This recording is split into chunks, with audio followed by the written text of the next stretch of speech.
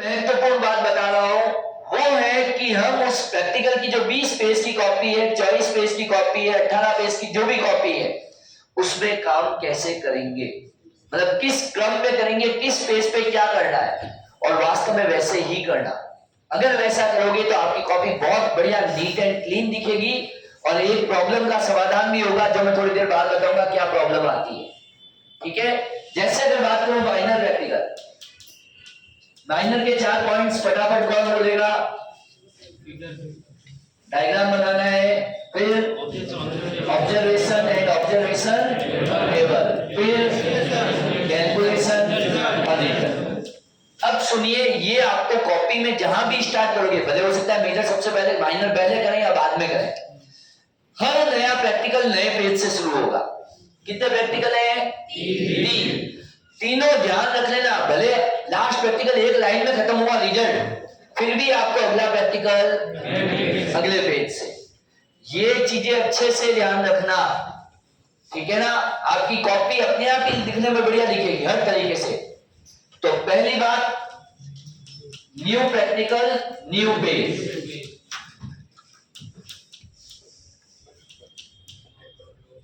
Yes, अब सुनो, minor जब भी शुरू होगा उसके फर्स्ट पेज पे ओनली डायग्राम, ओनली फिगर बनाना है, डायग्राम बनाना है, बस, और कुछ नहीं करना है। अब इसका भी क्या मीनिंग होता है, डायग्राम कैसे बनाना है वो भी बात समझो। मान लो ये पेज है और तुम्हारे वो पोटेंशियोमीटर, विभवमापी आ गया, कोई भी सपोज तुलना करने वाला, अब या ओम का नियम आ गया, कोई भी आ गया प्रैक्टिकल, अब तुमने उसको क्या किया, ये ऐसे बनाया लाइक दैट, कि ये वो वहां बैटरी की जुड़ जाएगी, यहाँ 2 सेल जुड़ जाएंगे, है ना, इस टाइप से बना दिया। ऐसा नहीं बनाना है हमेशा। देखो पता है क्या हुआ, ये मैंने पूरा लंबा खींच दिया, वो पूरे पेज को कवर कर लिया, ऐसा नहीं करना है। डायग्राम हमेशा अनुपातिक रूप में, रेशियो फॉर्म में होना चाहिए, जो जैसा दिखे वैसा ही होना चाहिए। जैसे अपन कहें कि आदमी की फोटो बनानी, तो आदमी वही बना और पता बड़ा इतना बना दिया, तो ये अच्छा लगेगा क्या? है ना? तो रेशियो वे में, प्रोपोर्शनल वे में ही बनाना है ताकि वो एक अच्छा दिखे। तो इसका मतलब ये नहीं पूरा पेज आप कवर कर लें, कोई जरूरत नहीं है। दूसरी बात, अपने ज्यादातर प्रैक्टिकल या तो ऑप्टिक्स के हैं या फिर इलेक्ट्रिक्स के हैं, इलेक्ट्रॉनिक के हैं, तो उनमें सबसे मेन इंपॉर्टेंट बात क्या, एरोज लगे हुए होने चाहिए। अगर एरोज नहीं है तो आपके नंबर कट जाएंगे, वो 1.5 में से आधा नंबर, 1/3 नंबर कट कर लेगा, तो हमें ऐसा कोई मौका देना ही नहीं है। यस, बैटरी जो है आपको बता चुका हूं पहले भी, कई जने बैटरी को क्या करते हैं कि वो संधारित्र बना देते हैं, कैपेसिटर, फिर एक पर लिख देते हैं प्लस और, जबकि बैटरी का मतलब ही एक बड़ा डंडा तो एक छोटा, ये तो ये सेल है, और बैटरी का मतलब 2, कॉम्बिनेशन ऑफ सेल, है ना, सेलों के संयोजन को बैटरी कहते हैं। तो प्लस माइनस, यहां कुछ नहीं करना है आपको, इस तरीके से। फिर उसमें भी फिक्स है, प्लस है तो प्लस से क्या चलेगी, करंट की डायरेक्शन, धारा की दिशा होगी, है ना। कई बार हम करते उल्टा है और चित्र में उल्टा बना देते हैं, हकीकत में होता है ये। 3 चीजें हैं, ऑप्शन ही 3 ही है, एक ये, एक ये, एक ये, this one is the correct, और ये दोनों ही गलत हैं। तो थोड़ा इसका जरूर ध्यान रखना, क्योंकि सबसे पहली नजर वही जाती है। दूसरा, कंपल्सरी क्या होने चाहिए, एरोज। यस। तीसरी बात, रेशनल फॉर्म में, रेशियो वे में डायग्राम बनाना है, ज्यादा मोटा ने छोटा नहीं बनाना है।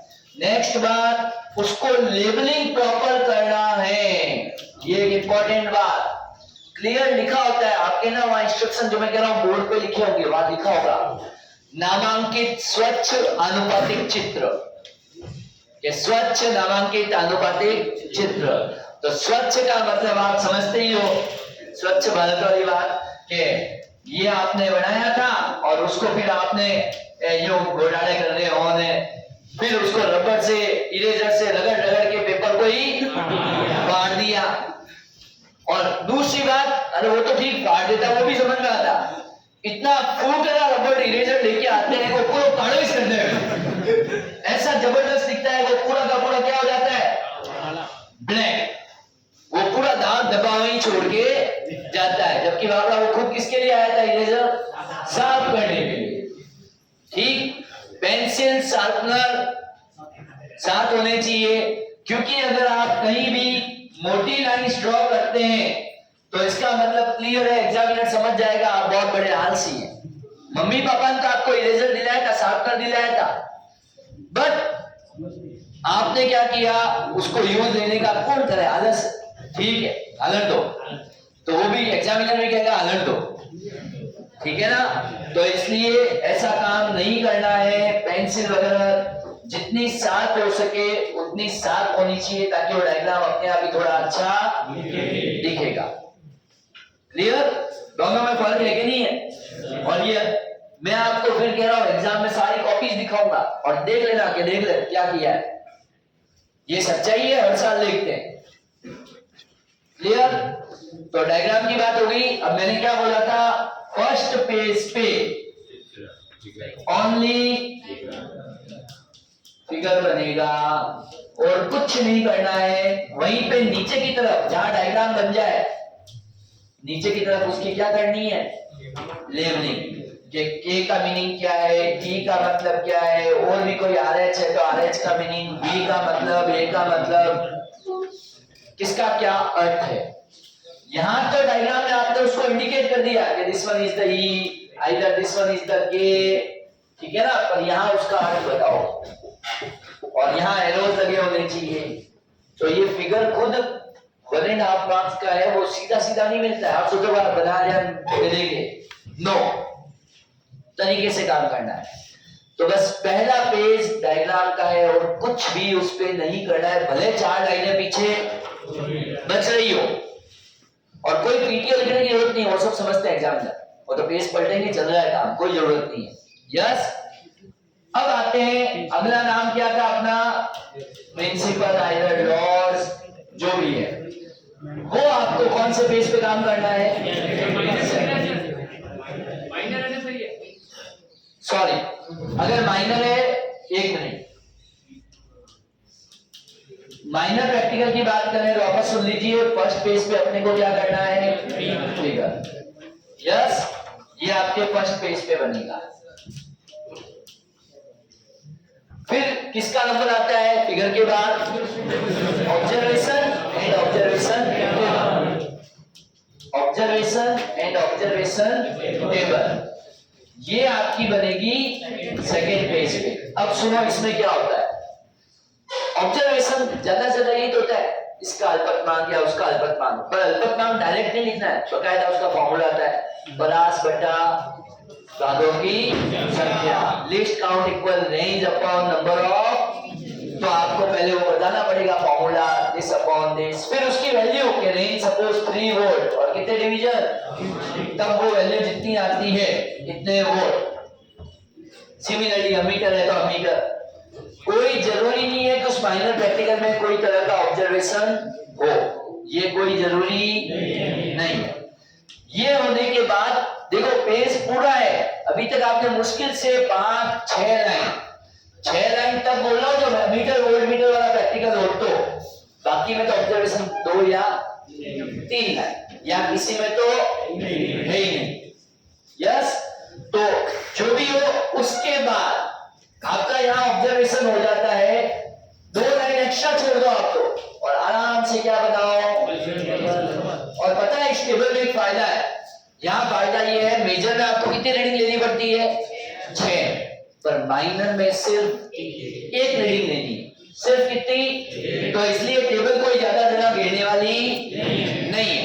हाँ, वो भी ज्यादा जगह कौन घेरेगी, जो ऊपर की फॉर्मेलिटीज होती है कि वोल्ट मीटर का पाठ्यांक, फिर उसमें भी लिखते हैं n इंटू LC, अमीटर का पाठ्यांक, वो ज्यादा जगह घेरेगा, ठीक है ना। जबकि ये टेबल की लाइन तो सिर्फ एक पॉइंट में आ जाएगा, बस फर्स्ट पॉइंट, सीरियल नंबर और सीधी रीडिंग। क्लियर, हो सकता है आपके पास फिर 2, 3, 4 लाइनें, हमें यहाँ कोई अब लिखना लेना नहीं। अब हमें जाना है कौन से पेज पे? थर्ड पेज पे। थर्ड पेज पे दो काम करेंगे। पहला काम कैलकुलेशन और अगला काम रिजल्ट। अब वही बात, इसको भी करने का तरीका फिक्स है। कैलकुलेशन ऊपर के आधे पेज में, भले वो 4 लाइन में खत्म हो जाए तब भी बची हुई लाइनें हमें छोड़ देनी है। और आराम से एग्जैक्ट मिड पे क्या लिखोगे? अगला पॉइंट। अब खुद सोच के देखो, जो काम आपने प्रैक्टिकल फाइल में वाले एक पेज में किया होगा, उसको हमने यहाँ कितने पेज में किया? 3। 4 काम हुए भाई, 3 पेज। पहले पेज पे क्या बनाना है? सेकेंड पेज पे observation and observation. Third page पे calculation and support support support. जैसे मैं वो एलईडी ट्रांजिस्टर को अलग करने वाले प्रैक्टिकल की बात कर रहा हूं, वहां पे ऑब्जर्वेशन भी नहीं है और ना ही कोई कैलकुलेशन है। तब आपको रिजल्ट को अगले पेज पे ही लिखना है ताकि काम एकदम सिस्टमैटिक दिखे। ठीक है?